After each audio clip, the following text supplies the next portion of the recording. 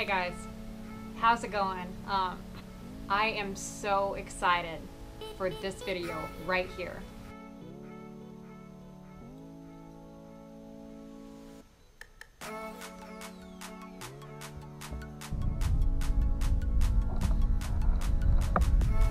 This video is going to thoroughly detail as well as include all of the footage from day 2 of the Southeastern Regional Championship in Florence, Alabama.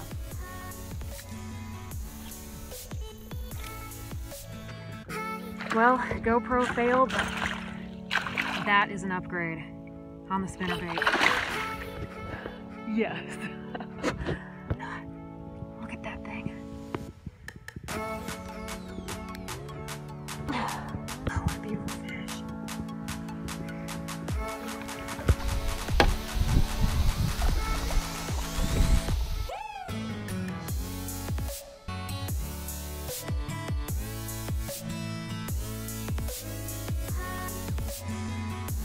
This tournament was one that you had to qualify for.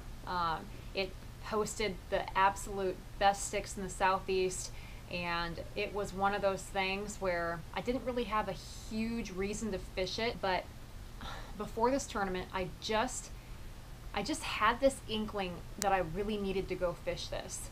I was listening to a podcast on the way to Utah on April Vokey's Anchored, and she featured a bikini angler and her manager boyfriend, and something that stuck out to me in that podcast, that man made a comment that sadly no one pays attention to women who fish fully clothed. That struck a chord. That struck a big chord. So I knew then, that was probably a month and a half ago I listened to that, I was thinking, when is my next opportunity to go fish a big tournament, a big national level tournament where there'll be a lot of media, a lot of exposure, and it was this tournament. That statement would have had my blood boiling. Thankfully, now I look at it as a totally different thing. It motivated me on an entirely different level. That was the first thing that got me really anxious to fish this tournament. So I got down there. I was going to give myself all of Wednesday and half of Thursday to pre-fish. Let's go into my very first day of practice. It's important to know that my first day was awful. I think it was like 98 degrees. I fished for 14 hours. I had heat exhaustion, which resulted in a awful migraine, and I had 5 bites all day at the first place that I launched. All day, 5 bites. Needless to say, I was pretty discouraged. I got off of the water, went back to the house I was staying in, packed my bag up, pounding headache, body was just hurting. Like I said, I was fatigued, I was dizzy, I had blurred vision, I had heat exhaustion really bad, and I was gonna leave in the morning and just thought, you know what, I can't fish this one. I don't think I wanna do this right now. The next morning, I woke up and I got tagged in a video. Check it out. Have that. You and Christine Fisher are the only ones that have that. Hey, actually, she's very impressive. Dude, we're gonna, Christine's incredible. Like, female or not, she's incredible. I mean this sincerely. My wife and I were talking about this. What she has done in the last, call it 24 months, in my opinion, is some of the biggest accomplishments we have seen in the outdoors in the last two or three decades. I really believe that. That is Mark Zona, my all-time favorite fishing idol. Hearing that profound statement about me was everything and more that I needed to get up, get motivated, get on the water, and figure something out. So Thursday, my headache was gone. I felt a lot better. I had a rejuvenated sense of energy, and I launched at a completely different area, further up the river, and decided to cover a lot of water, and ended up finding 3 extremely unique areas that I thought all held fish, and at least 2 of them were in positions where they could reload for a 2-day tournament, which is really important. So I decided to put all my eggs in that basket. Let's go to tournament morning on Friday. I go to my first spot, which is a shallow flat where the current had washed out the majority of the grass, leaving deposits of sand and gravel that the fish were kind of relating to and pushing bait on. So I thought that was going to be my number spot. First thing in the morning, sure enough, I caught 2 or 3 fish between 14 and 16 inches, moved off just a little bit deeper off that flat where there was a current break, and landed a 20-inch smallmouth. Pretty awesome. So I decided to fish that just a little longer. A few casts later, 21 3/4 inch largemouth, which won me Big Bass of the day, helped take my total to 87 inches. This is when I had my GoPro running the entire time on this helmet, this head strap. I decided to take it off, set it on a tripod to get a good picture of that fish, and it went in the water as soon as I sat down. Now, I do have a gentleman right now going back to that spot where I dropped a waypoint to try to retrieve my GoPro, send it to me so I get that SD card with all of that film, because I would love to share that with everybody. But unfortunately, that took all of my day one film out of the picture, so you'll just have to rely on my commentating and recollection of how that went, which was pretty simple for the most part of it. After I had 87 inches, I left that area knowing that I would have to manage my fish really well. Went to my number 2 spot, lost a few big fish. Went to my number 3 spot, cold twice, giving me 94 inches, which ended up putting me in the lead by about 6.5 inches after day 1.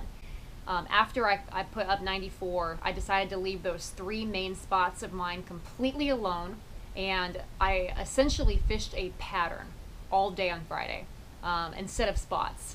I got my limit off my spots, then I picked up a spinner bait. I was throwing a 1/2 ounce white spinner bait with double nickel willow blades and a shad tease trailer. It was a fairly windy day.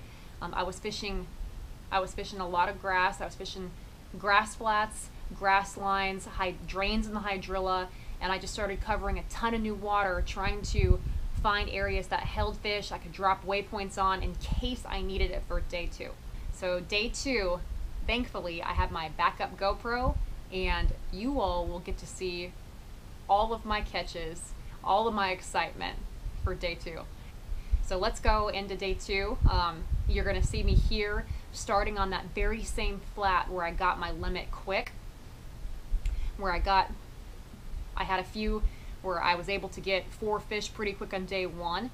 I marked an area that had a little sand patch, some leafy foliage, and where I got my big smallmouth. And just like clockwork, this happened.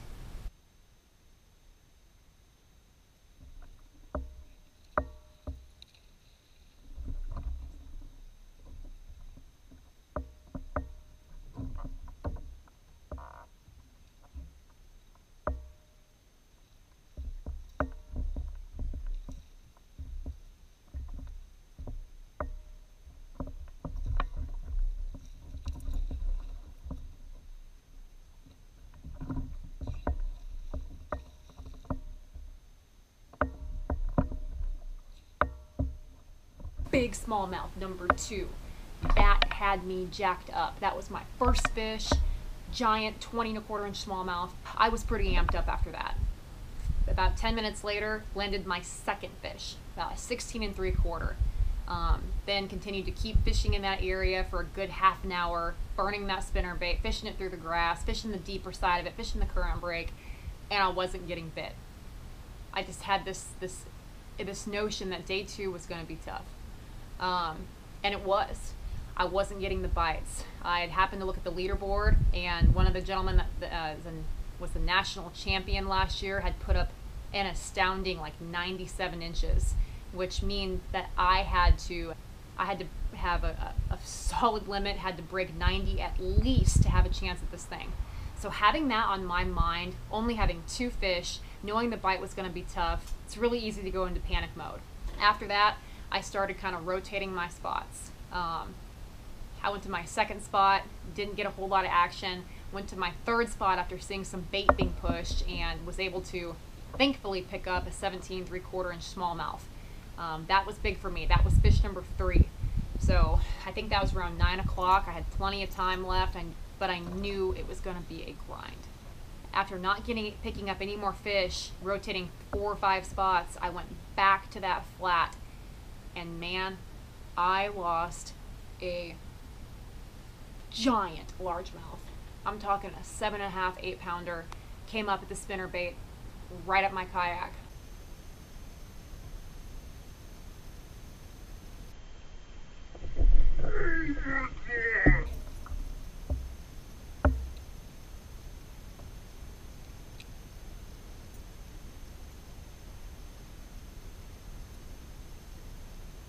It took everything I had not to drop to my knees and just quit. One of the hardest things for an angler is when you're sitting there with a few fish shy of a limit, knowing that you need to have a big bag to take this thing home, and you lose one of the biggest fish that you know is going to be turned in the entire tournament. Somehow I was able to maintain my composure and keep fishing. I ended up going back to a grass flat that I found on day 1, covering new water. It was an area that was right in between 2 real heavy hydrilla mats topped out, and then right in between those 2 was a 3 to 4 foot area of sparse hydrilla. And I found that those areas were extremely productive and much easier to fish. And I ended up picking up about a 14.5-inch fish, which gave me 4. So 1 fish shy of a limit, really needing to cull every single fish but 1 in my limit. Definitely had me stressing out. So I went back to that flat, working the spinnerbait, and the most bizarre thing happened. I had a wolf pack of 19. I had a wolf pack of 19 to 21-inch fish, probably 7, 8, or 9 of them. And you're gonna see here in this next little bit of film, I missed those fish 6 or 7 times. One big fish would come up and hit it. I'd have it hooked up for a few seconds. The spinnerbait would fall down. Another fish came up and hit it, missed that one. I was watching all of this because the water was gin clear. Eventually, I ended up picking up a bladed jig and throwing that out there to give them something different. Again, hooked up for a little bit longer, but still missed that fish.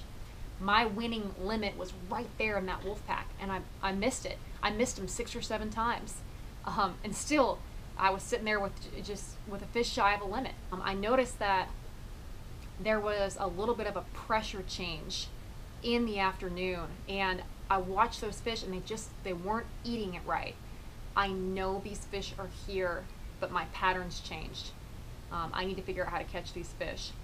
So I allowed my boat to kind of pull off a little bit. There was a very defined grass line at about 8 to 9 foot. And if you all have watched my previous tournament recaps, my strength is fishing deep grass. I won the Chickamauga event doing this. Kentucky Lake, I was fishing grass. So I decided to slow way down. I put on a 16th ounce Texas rig, big worm, made a very specific parallel cast with that grass line, and fished it painfully slow. After just a few casts of doing this, I felt that familiar weightless kind of feeling. Set it 18.75 in the net, giving me my 5th fish. Finally giving me a limit. So thinking that I figured something out, I stuck with that pattern. Cast it back out there. Just moments later,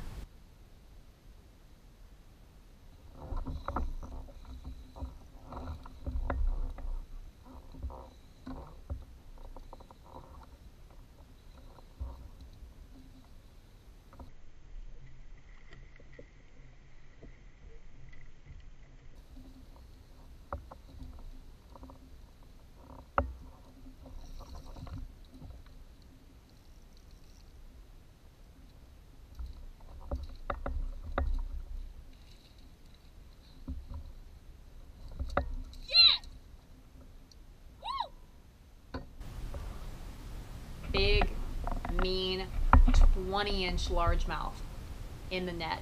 That was about a 5-inch cull for me, and that would have put me about an inch or 2 ahead of the guy that was currently leading it. So with that type of momentum, I knew I'd figured my fish out. let's go on the water really quick and just kind of see the excitement after catching that 20-inch fish. My pattern completely changed. It got really, really tough for me, but I figured them out. And ladies and gentlemen, I did. I figured out where those fish went, what they wanted.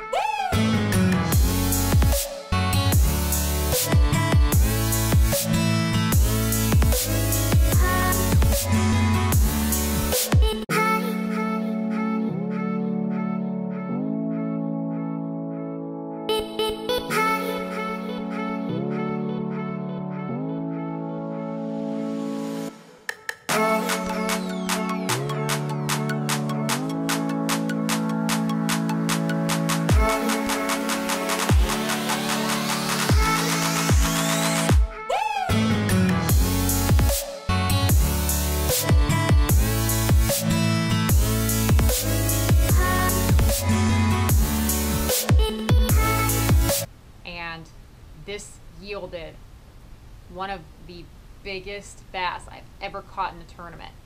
Let's go on the water and just see this incredible moment, this pivotal moment in my tournament.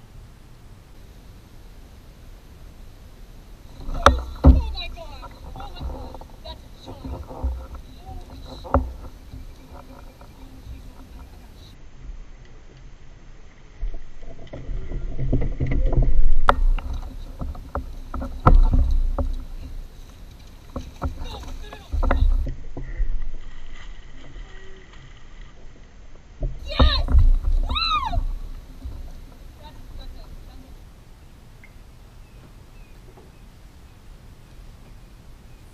Fist pump, screaming. It was that moment that I knew this tournament was mine. It was in the bag. That put me at what I thought would have been just shy of 100 inches, which turned out to be exactly right. I put up 99.5 inches on day 2 of the tournament, giving me over 90 inches both days for a grand total of 193.25, which was enough to edge out second place by 11 inches. Huge tournament for me. I was named the regional southeastern champion for the KBF series. Pedaling back to the ramp was nothing short of spectacular. I was sweating. You can see in the video my trademark nappy hair was even more nappy than usual. I grounded out till the very last cast. I didn't give up. I had several things that were motivating me, and I had several things that I was working for, and I knew deep in my heart this tournament was mine. And there's no better feeling when everything just comes together and you're able to persevere through the challenges and the missed opportunities and everything else that sets a lot of us back at times. So again, you guys, my winning pattern was throwing moving baits. I was throwing a spinner bait. All of my fish on day 1 came on the spinner bait. One of my limit fish on day 2 came on a spinner bait. The rest came on a big worm. Obviously covering water, looking for productive areas that hold fish. I do a lot of map study. I do a lot of graphing. On that Thursday, I was standing up looking for drains in the hydrilla, holes with sand bottoms and hydrilla that I would just slow roll that spinner bait and let it fall down. I marked every single one of those things that I found, because those are types of things that fish use to ambush prey. So doing that kind of prep work prior to a big tournament only increases your chances of being successful. It is a lot of work. When you're pre-fishing, unfortunately, you're not doing a whole lot of fishing, if that makes sense. I spend a lot of time just getting eyes on the water, making very few casts, doing a lot of graphing, and most importantly, my most vital asset in that tournament was right here.